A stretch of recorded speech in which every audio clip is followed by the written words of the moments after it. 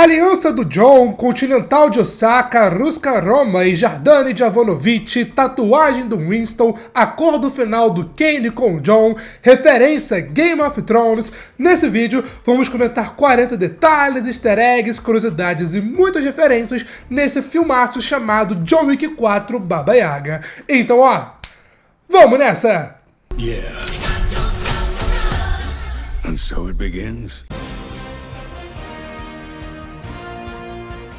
Fala pessoal, eu sou o Pedro e bom, fica claro, aviso de spoilers e eu peço perdão pela minha voz. Eu acabei ficando meio resfriado, mas já tô melhorando e vamos nessa. Vimos logo de cara o Bowery aparecendo com um novo terno para o John. Lembrando que no final do filme anterior, eles tinham formado um acordo para se vingar da alta cúpula. E esse terno inclusive se parece muito com o terno que o John ganhou de presente do ancião após falar com ele no terceiro filme. Talvez seja uma coincidência, porque logo depois vimos uma cena do John indo falar com o novo ancião. E para ligar as duas cenas, vimos que o Bowery apagou o fósforo e boom, logo depois vimos o nascer do sol no deserto. Sendo essa uma referência ao filme Lawrence da Arábia, de 1962, onde logo após o personagem apagar um fósforo, corta para uma cena mostrando o nascer do sol no deserto. A cena do deserto começa mostrando 4 homens em um cavalo, com o John caçando os outros 3, e ter justamente 4 homens em um cavalo faz uma referência à arte Os 4 Cavaleiros do Apocalipse, arte feita pelo Viktor Vaznetov. E o detalhe legal nele perseguindo os capangas é que após dar exatamente 15 tiros, ele vai lá e recarrega a arma. Esse detalhe é na verdade de todos os filmes, onde o John sempre conta cada uma das balas que ele tem na arma, para justamente recarregar na hora certa, e ele nunca tira sem ter balas à sua disposição, repetindo esse detalhe várias vezes ao longo do filme. Após a cena dos cavalos, o John vai falar com o novo ancião e pede seu anel de volta. Pra quem não lembra, no terceiro filme, o John, em troca de parar de ser caçado pela alta cúpula, vai trabalhar para a alta cúpula e tem que matar um Winston, dando seu dedo anelar esquerdo mais a sua aliança como prova da sua lealdade, e o ancião guarda a aliança na sua própria roupa. Ele vai pegar a aliança de volta, mas a aliança se foi junto com o antigo ancião, ou seja, perdeu de vez. Mas para ele não perder a viagem, o John, que tinha recarregado a sua arma, vai lá e mata o ancião com 2 tiros. E isso acaba desencadeando em várias coisas, com várias pessoas ligadas ao John sendo assassinadas pela alta cúpula, com a alta cúpula mandando um manunciador, eu acho que é assim que se fala em português, para falar com Winston, mas eu quero chamar a atenção para a mão esquerda dele. Se vocês notarem, ele também perdeu o seu dedo anelar esquerdo, assim como o John, então fica implícito que talvez a alta cúpula tenha caçado ele no passado, mas para se livrar disso, ele se uniu à alta cúpula, dando o seu dedo como prova da sua lealdade. Após a explosão do Continental e a morte tensa do Sharon, vimos que o Marquês obrigou o Kane a se unir a ele, pois caso contrário, eles iriam matar a filha dele. O Kane aqui é interpretado pelo ator Donnie Yen, um lendário ator chinês. E detalhe que esse é o segundo personagem cego que ele interpreta em Hollywood. Ele foi um em Rogue One e outro aqui em John Wick 4. Ele contou que se inspirou muito no Bruce Lee para criar o Kane, se inspirando nessas cenas de luta e também no seu visual, escolhendo usar roupas brancas e pretas, e ainda disse que tem interesse em fazer um spin-off só sobre o Kane. E aí, o que vocês acham dessa ideia? Deixa aqui nos comentários. Logo depois conhecemos o Continental de Osaka, no Japão, e esse é o 4º Continental que aparece aqui na franquia. No primeiro filme conhecemos o de Nova York, no segundo filme conhecemos o de Roma, no terceiro filme conhecemos o de Casablanca e aqui no quarto conhecemos o de Osaka. Sobre o de Nova York, vimos que ele foi explodido, mas aparentemente vai ser reconstruído usando o dinheiro da alta cúpula. E ainda esse ano vai ser uma série no Amazon Prime Video comentando sobre o Continental, mostrando o jovem Winston e o jovem Sharon começando juntos o hotel. E fiquem ligados aqui no canal, porque assim que a série sair, claro, vai ter cobertura completa aqui no Good Nerd. Lá conhecemos a Akira, a concierge do hotel, que é interpretada pela Rina Sayawama, eu acho que eu falei certo. Rina é uma cantora japonesa super famosa, ela inclusive fez a música dos créditos finais, a Eye for an Eye, ou Olho por Olho em português, sendo John Wick 4 o seu primeiro trabalho como atriz. E sejamos sinceros, ela mandou bem demais. Outra pessoa que mandou super bem foi o Shimatsu, que foi interpretado pelo excelente Hiroyuki Sanada. Novamente, eu espero ter falado certo. certo. Ele recentemente participou de Vingadores Ultimato, foi o Scorpion no live action de Mortal Kombat e também fez o divertidíssimo Trem Bala. Ele é um baita ator de ação e confesso que gosto muito dele. Falando no Shimatsu, vimos uma conversa dele com o John no terraço, com o John dizendo a seguinte frase: "Eu e você deixamos para trás uma boa vida há muito tempo, meu amigo." E essa foi simplesmente a maior frase que John Wick disse ao longo de todo o filme. Foi revelado pela Variety que ao longo de quase 3 horas de duração, o John Wick fala apenas 380 palavras ao longo de todo o filme. Em comparação, um vídeo meu de 10 minutos tem mais de 1.500 palavras, cara. Mas é que ela é John Wick, ele não precisa falar, precisa lutar e atirar. E isso ele faz muito bem. Logo depois, a Akira aparece e fala que a alta cúpula está ali no hotel de Osaka. E um detalhe sutil, mas bem legal, são as cores. Enquanto o Shimatsu falava com John, predominava a cor vermelha. Porém, quando as coisas começam a pegar fogo, a cor muda para verde. Fazendo até uma analogia ao semáforo. Vermelho é para parar. Aqui no filme é quando as coisas estão calmas, tranquilas. E verde é para acelerar. Aqui no filme, indicando que a porradaria vai começar. Detalhe bem sutil, mas bem legal, assim como o seu like e o seu joinha aqui nesse vídeo. Porque se você tá curtindo saber ainda mais sobre esse filme maravilhoso, dá essa força, porque assim mais pessoas também saberão. De coração, muito obrigado. E esses novos capangas da alta cúpula, que é aquele time reforçado que vai caçar o John, também apareceu no filme anterior, no final de John Wick 3, naquela cena no Continental, do John Wick com o Sharon passando o rodo em geral, né? Mas aqui eles são diferentes. Detalhe para a roupa deles, a armadura lembra muito as armaduras dos samurais, assim como as suas máscaras, que lembram muito as máscaras usadas pelos samurais. Nessa cena vemos o John matando um a um, matando até mesmo alguns deles usando os nunchakus. E o mais legal é que era o próprio Keanu Reeves fazendo essa cena. Ele treinou pesado por 12 semanas para se preparar, treinando também nunchakus e vários estilos de luta. Só um detalhe legal nessa cena é que após derrubar um dos capangas, John Wick vai lá e dá um pisão nas partes íntimas dele, o fazendo levantar só para que ele pudesse, bang, dar um tiro na cabeça dele. Detalhe inusitado, mas bem engraçado. O John acaba se livrando do Ken e dos demais capangas porque foi ajudado pelo Ninguém. Pra quem não percebeu, o Ninguém fez isso para que a recompensa pela cabeça do John aumentasse cada vez mais, até que chegasse ali em 50 milhões, para aí sim o Ninguém matá-lo e pegar todo o dinheiro. É um artifício de roteiro para tirar o John Wick de situações impossíveis? É, mas ainda assim é bem interessante. Logo depois, Kane e Shimatsu se enfrentam, com Kane fazendo questão de tirar os seus óculos e mostrando os seus olhos. E como ele confirma pro Ninguém mais pra frente, ele não era cego, e sim, ele ficou cego. Talvez da mesma forma que o John, e também aparentemente o Mal-Anunciador, deu o seu dedo para mostrar sua lealdade à alta cúpula, o Kane perdeu a sua visão. Dá pra ver isso porque ele tem cortes nos 2 olhos, cortes que justamente o fizeram ficar cego. Mas como vimos, mesmo cego, o cara é brabo demais. Após matar o Shimatsu, o Ken fala para Akira que estará esperando por ela, esperando ela ir até ele para vingar a morte do seu pai. E como vimos no pós-créditos, ela de fato foi, fazendo assim uma referência a Kill Bill Volume 1, onde a Beatrix fala para a filha da Vernita Green que vai estar esperando ela vingar a morte da sua mãe. Logo depois voltamos para Nova York, onde temos uma conversa do Bowery com Winston.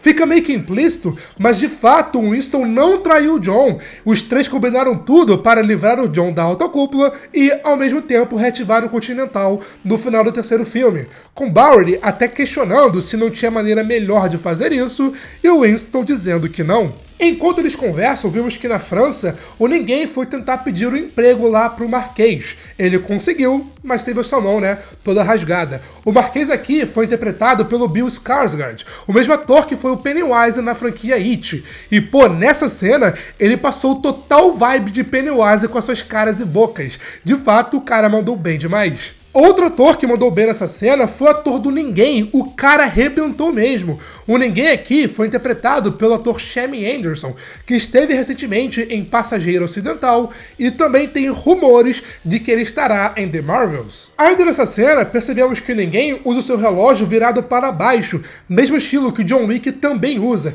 De curiosidade, essa é uma tática usada pelos militares, que os permitem ver a hora enquanto estão segurando uma arma e também evita que os inimigos saibam onde eles estão através do reflexo do relógio. Falando em relógios, o Keanu Reeves deu 5 relógios Rolex para sua equipe de dublês quando acabaram as gravações de John Wick 4 como uma forma de agradecimento. O cara é sensacional. E falando em John, após Osaka, John se encontra com Winston para o funeral do Sharon.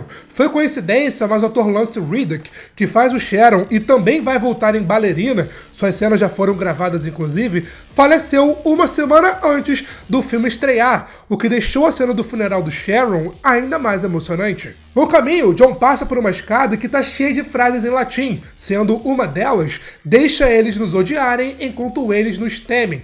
Na lápide do Sharon também há mais 2 frases em latim. Ali em cima está escrito, para viver devemos morrer, e embaixo está escrito, meu amigo. Após saber o que fazer, John vai até a Alemanha para o Rüstka-Roma de Berlim e vimos que o Ninguém seguiu ele com toda a sua localização para o Marquês. E o Marquês está vendo justamente uma bailarina.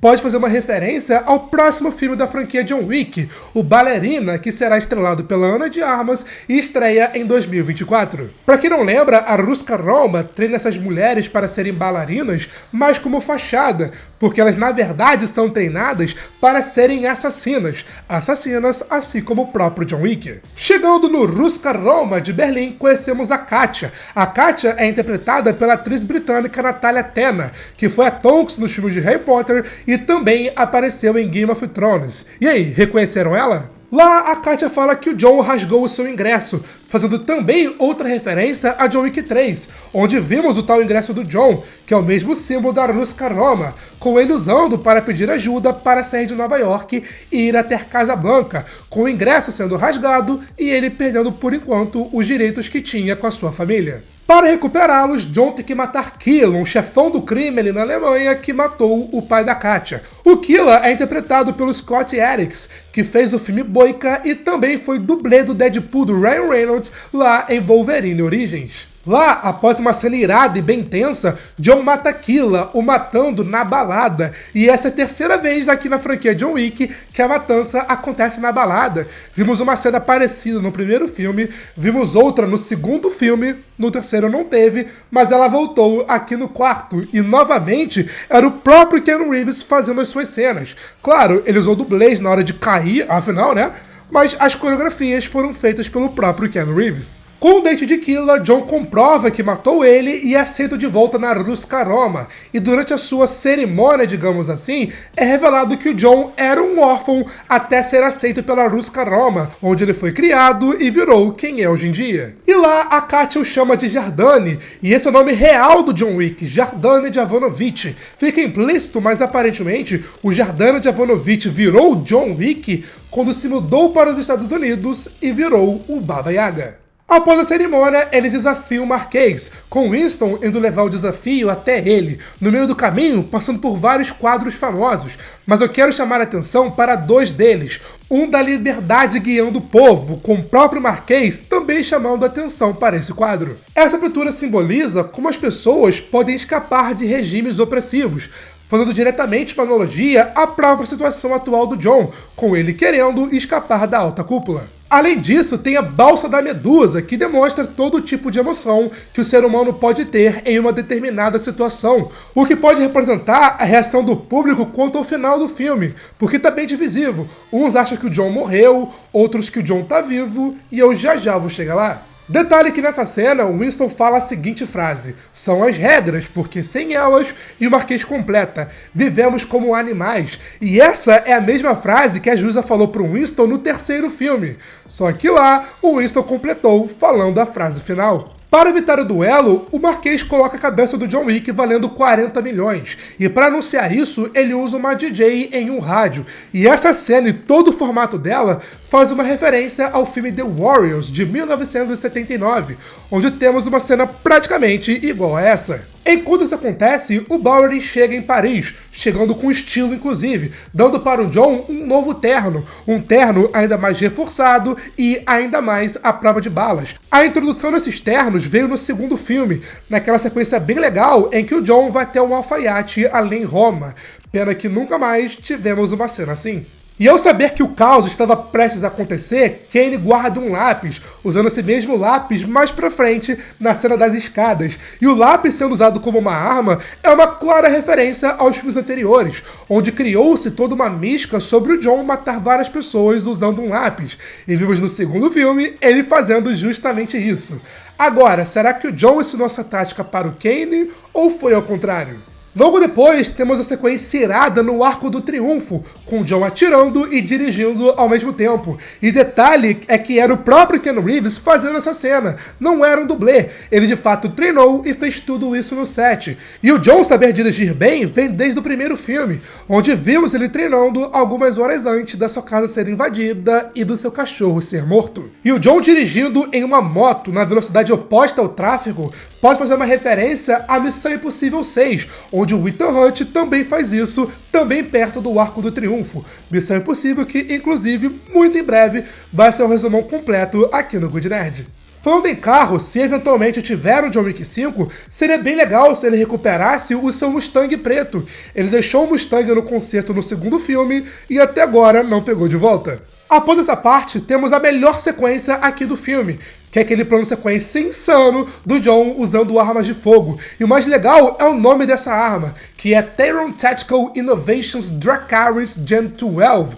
Eu acho que falei certo, mas o nome complicado, fazendo assim, claro, uma referência a Game of Thrones, onde os dragões justamente cospem fogo após os seus donos falarem Dracarys, com a arma também atirando fogo. Os tiros são chamados de Dragon Breath, ou respiração do dragão em português, que são conhecidas por serem quentes, assim como os tiros que saem dessa arma. Ainda nessa cena, temos alguns detalhes bem legais. O plano sequência ao todo dura quase 2 minutos. Sim, eu contei, se eu não me engano, é ali 1 minuto e 50 e pouco, quase 2 minutos. O piso de cada chão é diferente, justamente para diferenciar um cômodo do outro. Toda essa sequência demorou 3 dias para ser gravada e foi totalmente inspirada no jogo Massacre de Hong Kong. Informações reveladas pelo próprio diretor do filme, o Chad Stahelski. No meio da luta com ninguém, o John para e salva a doguinha dele. Afinal, ele matou meio mundo justamente por conta de um cachorro. E essa mesma doguinha, mais pra frente, ataca o capanga do Marquês, atacando ele nas bolas. Isso faz uma referência aos doguinhos da Sofia em John Wick 3, que direto ela mandava seus doguinhos atacar os inimigos pelas bolas. E como diria o próprio Keanu Reeves, isso aqui é... cinema. It really feels... Quando na cena da escada, ela foi gravada na escada que leva até a Basílica do Sagrado Coração, em Paris, que é onde se passa o duelo final. Para chegar até o topo, é preciso subir 222 degraus, e vimos que o John penou bastante para chegar até lá. E justamente por ser uma escada muito grande e muito longa, quando as gravações acabaram, o Keanu Reeves ajudou a equipe a carregar todo o material que foi utilizado. O cara é fera demais. Nessa parte, John conta com a ajuda de Kane, que após ajudá-lo, faz um corte na mão direita dele. Ele fez isso para atrapalhá-lo no duelo, pois o John é destro, mas com um corte na mão direita, John teve que usar a mão esquerda no duelo. Foi por isso que ele errou alguns tiros que facilmente acertaria. Mas antes do terceiro round, os dois sutilmente entram em acordo para não se matarem, fazendo isso através de uma frase, com o John falando: aqueles que se pegam à morte vivem, e o Kane completando: e aqueles que se apegam à vida morrem. E esse foi o sinal sutil de John para Kane, que pouco tempo antes tinham conversado na igreja, com Kane dizendo que só está fazendo tudo isso porque estão ameaçando matar a sua filha. E sabendo disso, John apenas com essa frase manda o sinal para Kane de que ele tem uma carta na manga. Com isso, assim como John anteriormente, Kane atira na barriga de John, atirando do lado esquerdo mais abaixo da costela, em um local não fatal, informação revelada pelo médico durante John Wick 3. Ou seja, com essa simples frase, Kane não matou John com um tiro certeiro, permitindo que ele, logo em seguida, executasse seu plano de matar o Marquês. Eu acredito que John Wick não morreu. Eu fiz inclusive 2 vídeos só comentando sobre isso.